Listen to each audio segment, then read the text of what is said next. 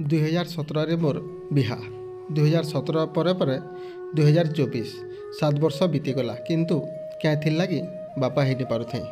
क्या लगी मोर शरीर एत बिगड़ी जाऊला क्या लगी एत मोटा होती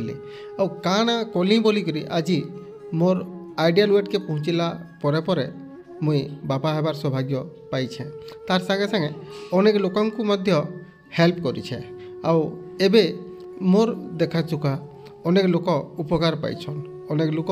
माँ बापा हबार सौभाग्य पाइछन जानमा आज ये वीडियो माध्यम रे आज्ञा प्रकृत सत कथा हूँ निजर खाना पीना जावतिया जिनस खाई पी करी आमे मोटा होतलु किंतु मोटा हबार संगे संगे आमर शरीर बहुत गुड़ाए प्रोब्लेम देखा दूसरा जेनटा कि हार्मोनाल इम्बालांस रही किंतु अनेक गुड़ाए कथा रही जेनटा कि आमर आइडियल वेट के आला से सब मिली पारसी अधिक जानवार लगी आपण माने मते जोगाजोग करि पारबे।